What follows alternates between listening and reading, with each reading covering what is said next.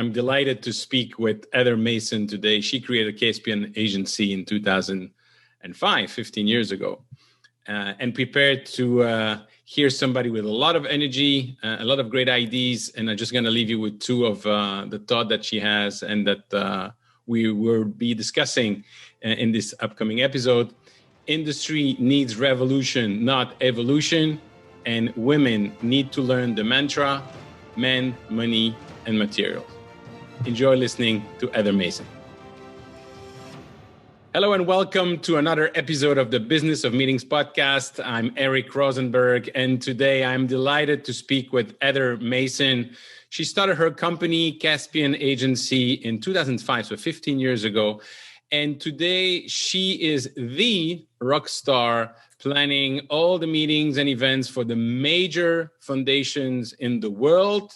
You think about a very well-known foundation, Heather is helping them. So it's amazing, and I'm sure we're going to learn a lot. Hi, Heather. How are you? I'm good. How are you doing, Eric? Thank you for that great introduction. Well, that's really, if I start reading your bio, I think that the whole time for the podcast is gone. So we try to make it long as possible. And, we put plot twists in the middle too. Right. Yeah. So you start Caspian Agency in 2005, but what was Heather doing before, and how did you get into this industry and about starting your own agency?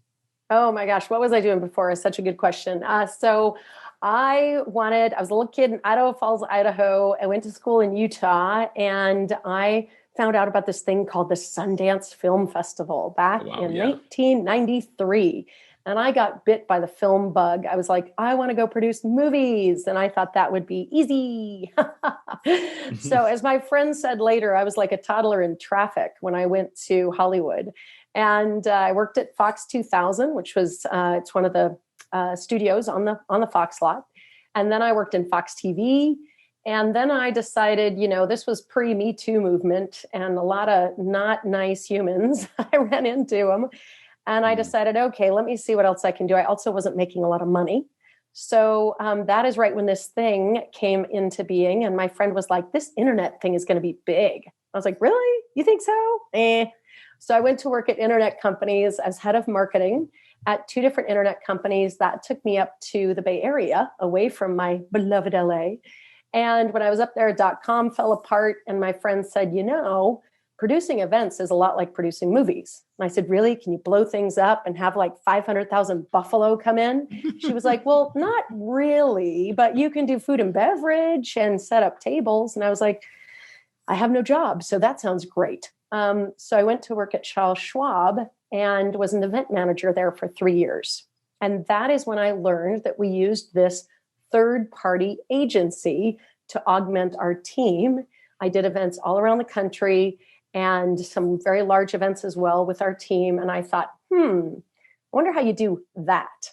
And so I learned kind of what they did as a third-party agency, but I always wanted to save the world. And so I thought, if I want to start my company, I only want to work with people who are saving the world. So quit my job, $1,400 in the bank, and hung up a little Caspian sign. Where does the name come from, Caspian? The name Caspian comes from Chronicles of Narnia. And if there's any C.S. Lewis fans out there, it comes specifically from the book Silver Chair. And in there, it's actually Prince Caspian's son has been taken for ransom in this underground lair. And there's just a great moment where the witch is trying to tell these kids not to believe in anything big or have any dreams outside of walls whatsoever. And I thought, that's a lot like starting a company. And of course, they vanquish her and they have to really rely on themselves. And I thought that just reminds me of starting out. You got to vanquish a lot of things just to run a company. That's very nice. And how did you get your first clients? And afterwards, how did you ended up working for the Rockefeller Foundation, the Endeavor Foundation, and all those foundations that are so well known in the world? Yeah, well, I actually was a part of a program called Coro. Some of your listeners may know about it. It's a civic learning platform. I don't know what a program.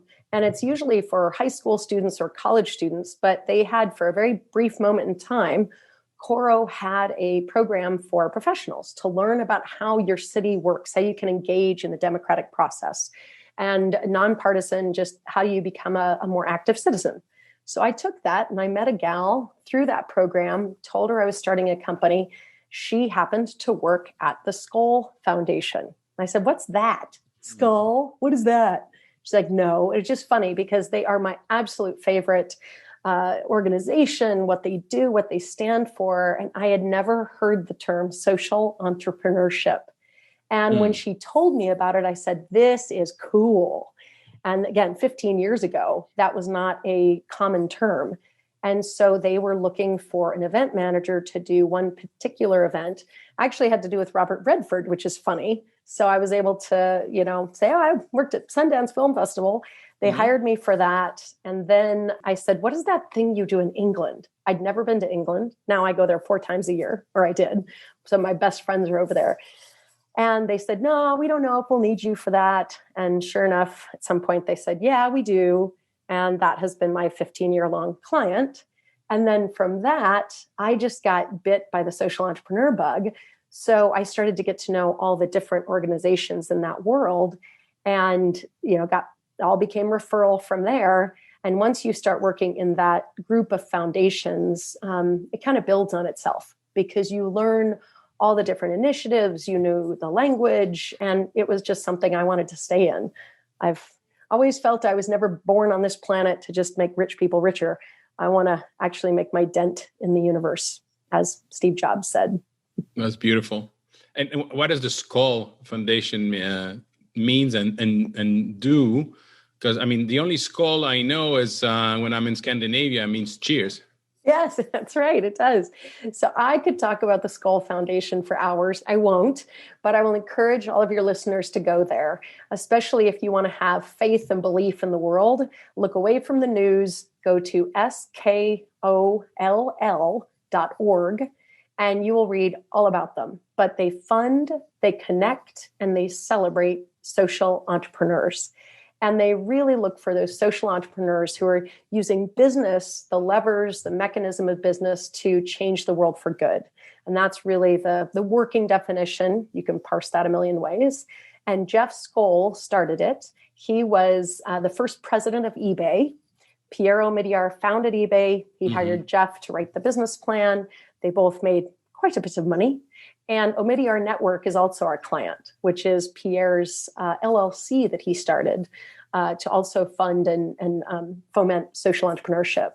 But the Skell Foundation, they also have, or Jeff Skell also started Participant Media, which does social good films, Good Night and Good Luck, Syriana, Inconvenient Truth, The Help, Green Book, just a ton of films. And so you can see his mindset around changing the world, both in media, also in funding. And he's got a bunch of other projects too. But I think Jeff Skell is an inspiration in and of himself. And it's cool fabulous to see it happen. Yeah. Fabulous. So you're changing the world. And one thing you said to me that I thought was very interesting, and I would like for you to elaborate on it. You said, our industry, our meetings and event industry, doesn't need an evolution. It needs a revolution. Yes, we do. We do need a revolution. What do you mean by that? And where's the revolution going to be? Oh, I think the revolution is here if we want it. That's where I think, and I don't want to downplay the devastation of COVID. So please, everyone hear me when I say this has obviously been, in many, many ways, there is a lot of devastation, and I get that. We also have to look at the other piece of it, which is, I do think that this kind of time of chaos and disruption, it's a lot like what was happening, I feel like, back in the dot-com days, and during that disruption, during any time period where those things happen, you have things rise like a phoenix from the flame, and it can even be better. Because it allows for the deconstruction of heuristics or systems or models that we had accepted were written in stone. And all of a sudden we see they're just written in the matrix. And where I see something that is just written in the matrix, which I think events as they've developed as an industry has become, is anybody can do it. You can have a secretary or an assistant. They can put together your conference or your event. That strategy sits over in this side of the organization, and logistics sit over here. And that you don't get control over your budget, your timeline. It's handed down, and you have to execute it. That is all out the window now because of COVID and because of the fact that we're in virtual, and we will be forever. Hybrid is now going to be an accepted way of doing business. And if you don't do it, you'll have to consciously tell people, and it's not going to be live streamed. And that might be like vintage, handmade, no live stream. That'll be adorable and cute. And you can have some things like that as a very differentiator. But all of this has opened up that everyone is saying at these organizations, we don't know what to do. No, you don't. You never have. You never listened to us. Now, sit down, shut up.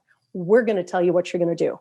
And for those event producers that want to grab that aren't afraid of authority, that aren't afraid of responsibility, that aren't afraid of failure or experimenting, we are the ones who can own this industry and recreate it in a better way that has more money, more respect for strategy. We get to set the budgets. We get to set the strategy. We get to tell you your event horizon of multiple activities that are going to lead into that. All of a sudden, it's not one event, it's 25. We will be able to take over, and we'll be able to assert our rightful place in the kingdom, right back to Caspian, because we should have been not at the table, head of the table.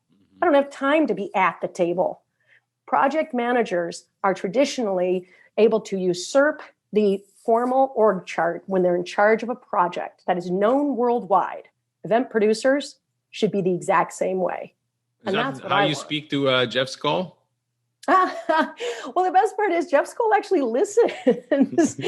I will say the Skell Foundation is so lovely to work with because they are so embracing of what convenings can do. And because for them, it's so important that it's not a convening to sell widgets. It's a convening to actually move mountains in societal good or to remove societal harm. So I think because the stakes are so high, not financial stakes, literally life and death stakes sometimes, or livelihood stakes, they take convening very seriously. And I have been extraordinarily lucky to learn right alongside of them. So I will say in a vast expanse, the Skell Foundation is a shining light in that sense of taking this seriously. Just to reinforce your point about being vocal and advising and being convinced of what you're suggesting, when I had my corporate event agency, I remember that the first and last time I realized that I was not assertive enough, then it didn't go the way I think it should have been. And since then, I never hesitate to tell the customer, well, listen, you're the one making the decision because you own the budget. And this is what I would do because bam, bam, bam, going back to the strategy, going back to the event. And by the way, that's the essence of the book I wrote, Meeting at Sea Level. It's to align meetings with strategy. And when you do that, guess what? People are respecting you more and they don't see you as a commodity. Exactly. And that to me is the danger. The danger of being a commodity or viewed as that is if you stay in logistics. And I think even more now, if there's an opportunity, there's also a danger. There's a massive opportunity here to revolutionize this industry and take hold of it and march out in victory and triumph. There's also a huge danger that I think for folks who are like, I just like logistics. I just want to talk about my, centerpieces and F&B, and I love to think about menus. I don't. I hate menus. I think they're, whatever. It's commodity work. And I think that will become more and more lower level pay because I think people will see that there is this new emergence of strategic event producers.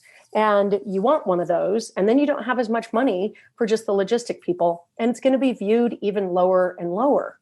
So I actually don't think that's an option to say, I want to stay at my same level, and I don't want to really go hard and be ambitious and do all of that. I think that is not a choice to stay at your same level and just do logistics. I think it's actually going to go trend downward into commoditization. I totally agree with you. And I'm also reading the sign behind you that says, I totally agree with myself. So I totally agree with yourself. Well, there you go. I like that. I have to keep that because I need somebody to agree with me, every once in a while, not just my cat. I mean, he has to agree with me. Heather, you told me when we were preparing this conversation that you believe that women need to learn the mantra, men, money, and materials. And, Yes. I'm somebody who understands quickly if you explain a long time. So what do you mean exactly? Well, it was funny because that comes from me having a conversation with my dad. And I was telling him, so often some of the women that I work with or that I hire will be afraid to take on more responsibility because they're like, I can't do that. I can't take on any more. I can't.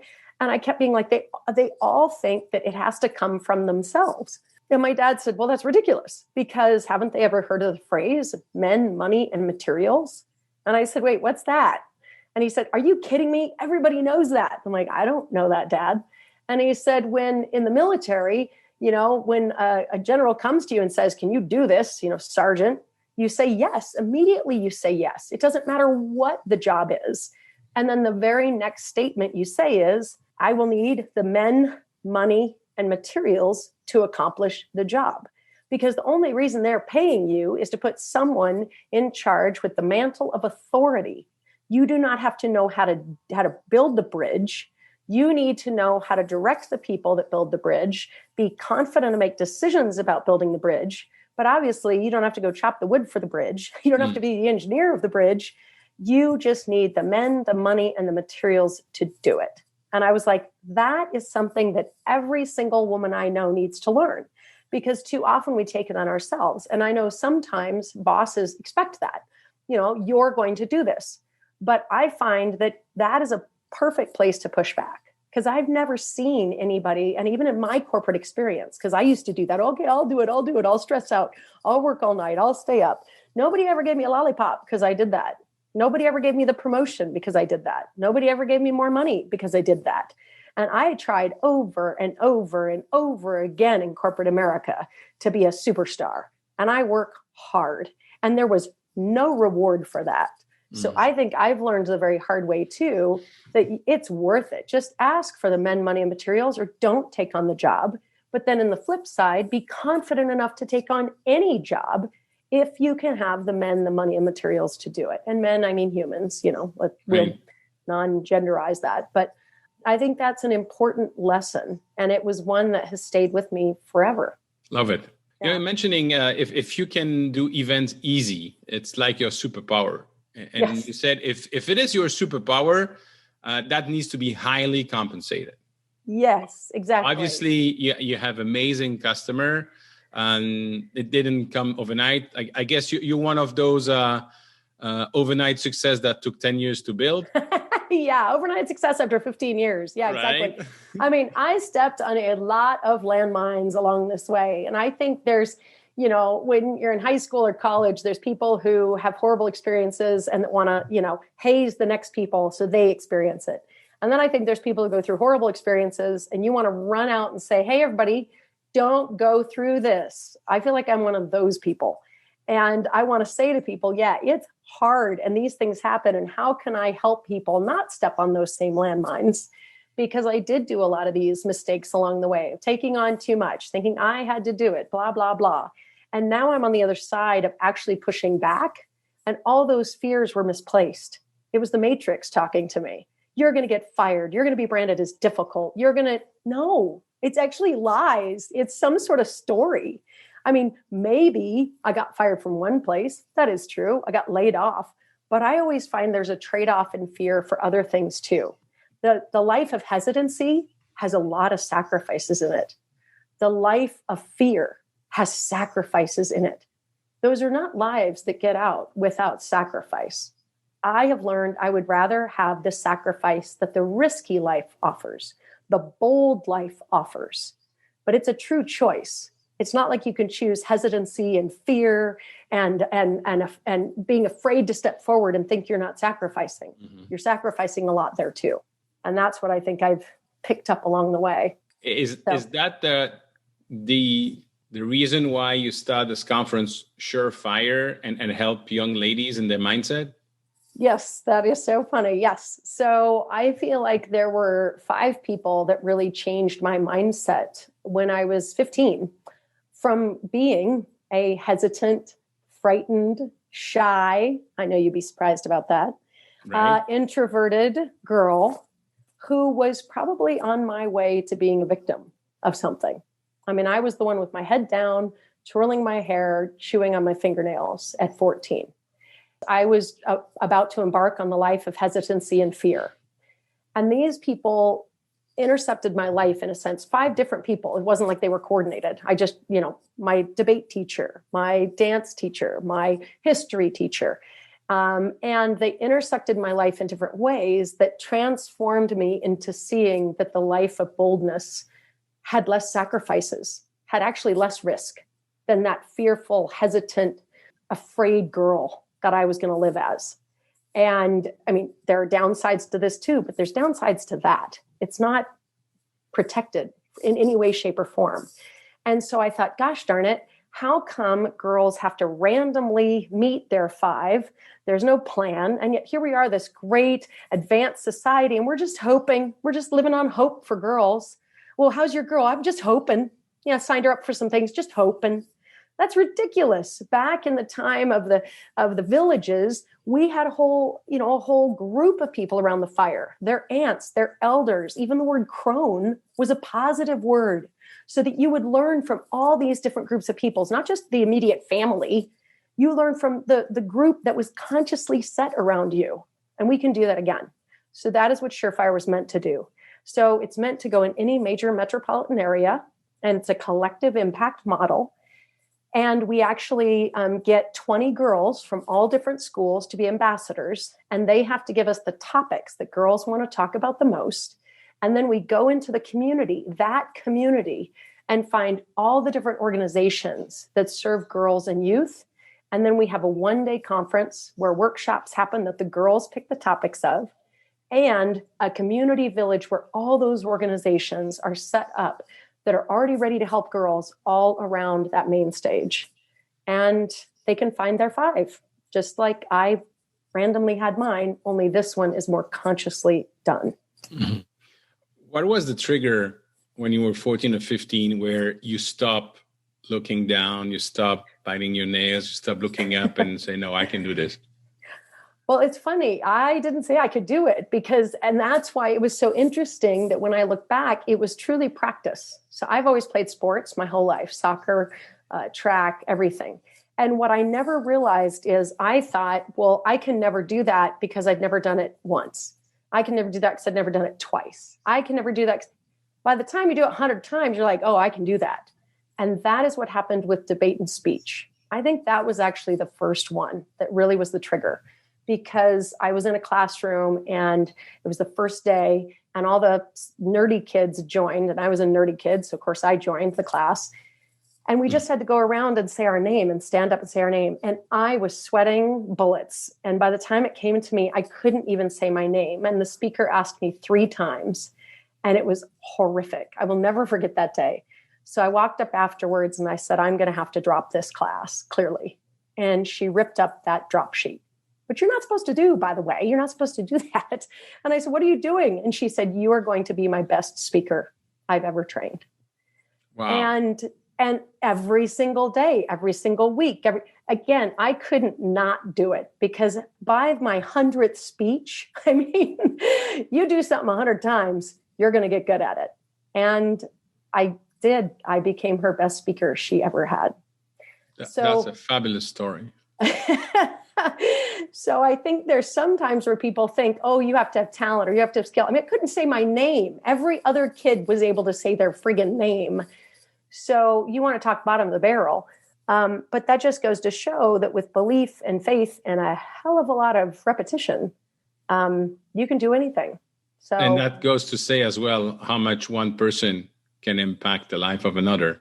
Yes. And look what you're doing today, somehow, thanks to her. Yes, 100%.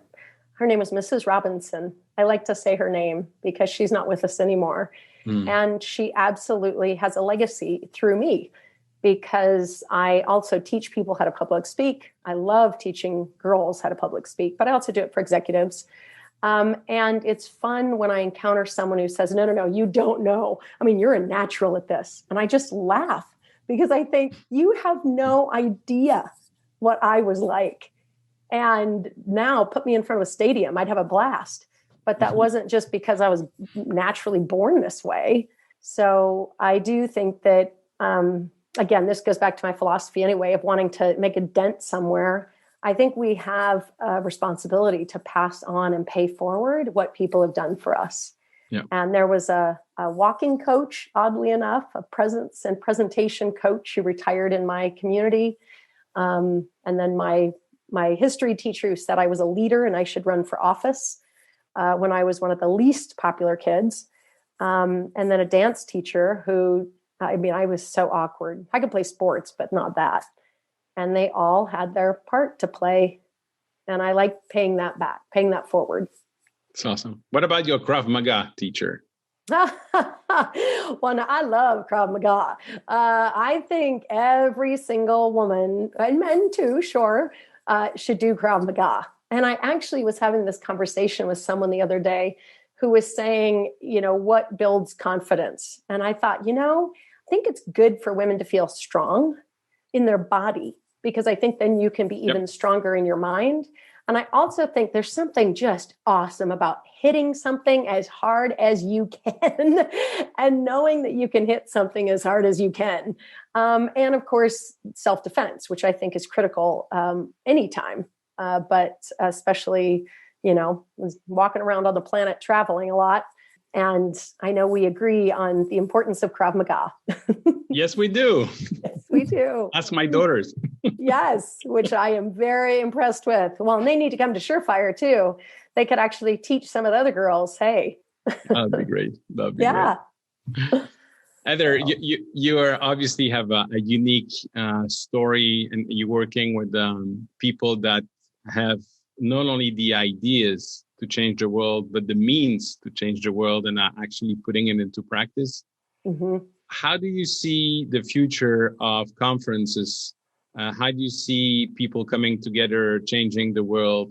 It's true, when we meet, we change the world. Now, concretely speaking, for organization that you work for, what does it mean for them? Well, I think it means one of the things that's actually going to help, because all these organizations are global, is expanding the idea of having global audiences. I mean, we've always live streamed out, but that's what I call one-way hybrid. And I think our industry needs to figure out how to talk about the different ways of hybrid. And there's one-way hybrid, which is really just live streaming. But then there's also two-way hybrid. That's where that audience actually is playing an interactive role in that conference at the moment, like simultaneously. And I think there could even be a third, like, are they able to interact with each other? Is it just one-way live stream? Maybe the hybrid 2 is interacting with just a chat box and each other online. And maybe hybrid 3 is all of that, plus you get to raise your hand and actually be in with the people on the ground at the exact moment, simultaneous. So I think there needs to be some finer parsing of the nomenclature around hybrid so that we can start to talk about those different levels and engagements and what that virtual experience looks like. All that to say, I think for my clients especially, what I'm talking about with them is how can we now use this new adoption? It was already there, but people's behaviors have now embraced it, which I think before we would have struggled to push that on a virtual audience. How can we use that to now augment the global voices that can come into these conferences? Because, the folks that my clientele work with, they can't always have the voice of the practitioner who's actually being affected by this, smallholder farmers or bride organizations in different countries. They can't always get to the conference. They can't always attend the conference for multiple reasons. So how do we get their voices in? And I think this is going to allow for a lot more of those on the ground practitioner kind of end users to be able to have a say, or at least be able to voice. I mean, even just using a phone to video or a response can be done to kind of bring that voice in the room. And I think that is going to really help the type of solutions that are being created be created with those additional inputs. because you don't just want people who are too far away from the actual problems to be working on them. And this way we can encourage more people to be a part of those. That's what I get excited about when I think about this virtual landscape. I can tell. That's awesome. What do you think is going to happen in a year from now? And what is it that you wish to see, and what we'll be celebrating in 1 year? Oh my gosh. I think next December, we're all going to be so busy. We're going to want a day off, because if anybody on this podcast that's listening is operating on the same time scales we are, I think 2022 is a pretty safe bet. It's going to look different, but it's a safe bet that we're going to be doing, live events, especially as you look across the world in different countries. They're already going to be faster than us even from that. So, I think we could talk about 2021, but I think by 2022, so we're a year forward, which means for all of us in the event industry, we would have had to start planning those early 2022 events in the next 3 months. Mm-hmm. That means for people who are like, oh, is it ever going to come back? It's like, you have 3 months, my friends, 3 months. Because in 3 months, you are going to have to be wildly busy if you are planning anything in 2022. You will not be able to sit around. So I think we're 3 months out if you look at time scales, because we don't attend events, we plan events. For people planning, sure. I mean, for people attending, sadnesses, you might have to wait a little while. For people planning them, no sadnesses. Mm-hmm. I think 3 months. And I can say that from a place of authority because we have already inked 3 international events in early 2022. And we have fall events in person booked. But, and I think they'll happen. They're smaller. So that's 3 already. We start to book more. I could see us filling our calendar for 2022 in the next 3 months. Fabulous. Don't forget your passport. That's right. I know. I was going to say my passport is getting dust on it, which has never happened. I think if anything's confused, my passport is. It's like I've never sat in one drawer this long. So weird. Heather, it's been a pleasure speaking with you today. Thank you so much for taking the time and sharing your experience with all of us. And good luck for the next events then. All right. Thank you. Thank you, Heather, for the great points you've made, the great conversation, and also what you're doing with Surefire. I think it's absolutely wonderful. And that's where you're getting an impact on your own environment and the people that are coming to the conference. If you want to join us in the Facebook group where we're discussing the business of meetings, it's www.eventbusinessformula.com/group.